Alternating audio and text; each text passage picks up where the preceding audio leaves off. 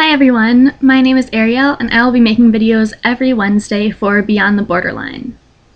Today I'm just going to make an introduction video and explain the traits of BPD that affect me because I think it's really important for all of you to know.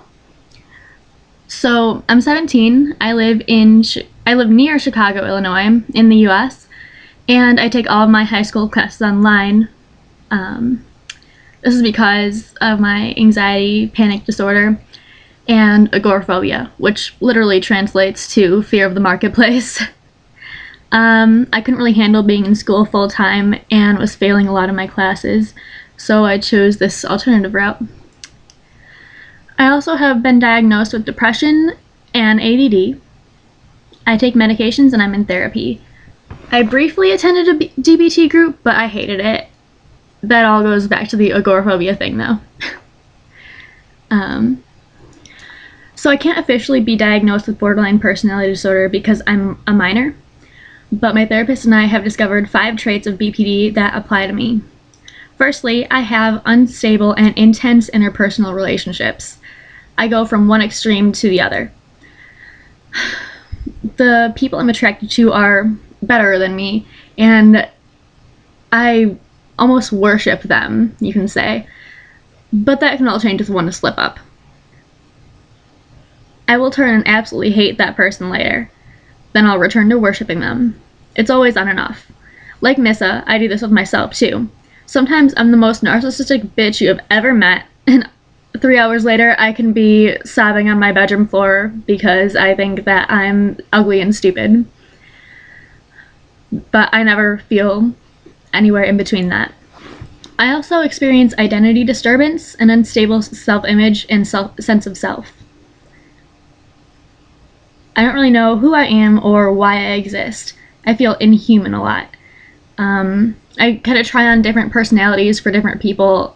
It's almost like no two people know the same me. I don't even know me.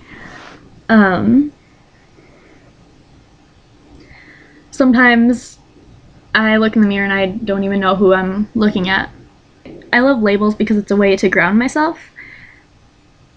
And I like being in relationships just to have the title of so-and-so's girlfriend. And it's all just because I can't really pinpoint who I am or what I like even, or anything like that.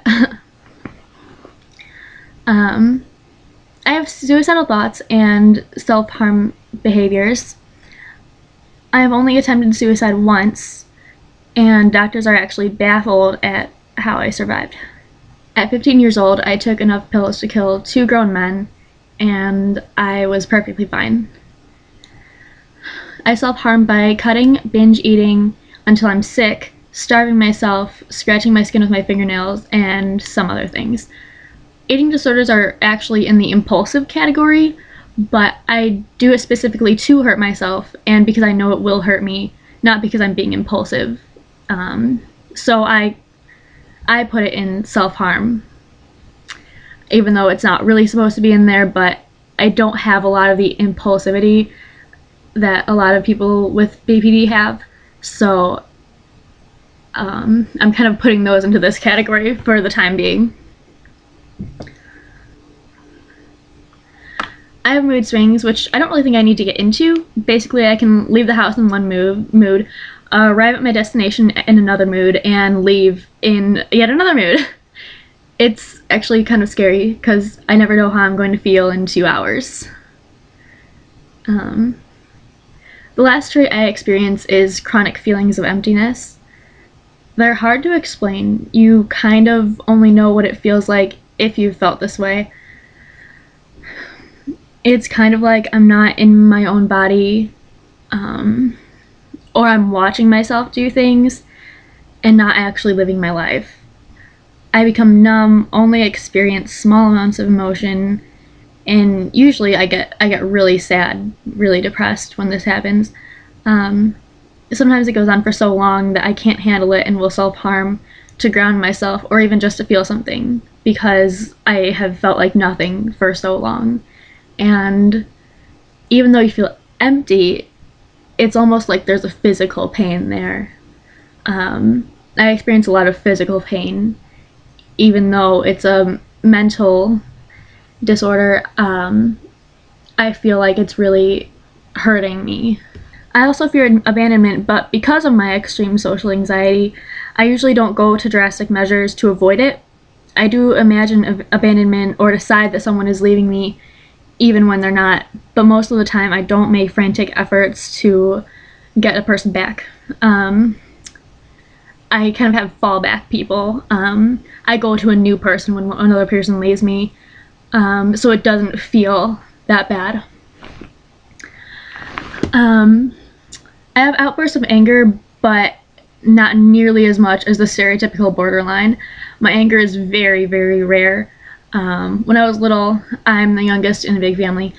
I realized that I was not going to get my needs met sometimes, and very early on I kind of trained myself not to be angry because it wasn't worth it. Usually I turn my anger in on myself and distort the situation so that it seems like whatever I'm angry about is my fault. This is actually what ultimately led up to my suicide attempt. So there you have it. That's everything you need to know about me for the time being. I'll get to the questions next Wednesday, and I'll see you next week. And if you want to keep up with what I'm doing, you can follow me on Tumblr. The link is in the description box. Or in my vagina, if we're gonna do like I used to do on my personal channel. Alright, see you guys next week.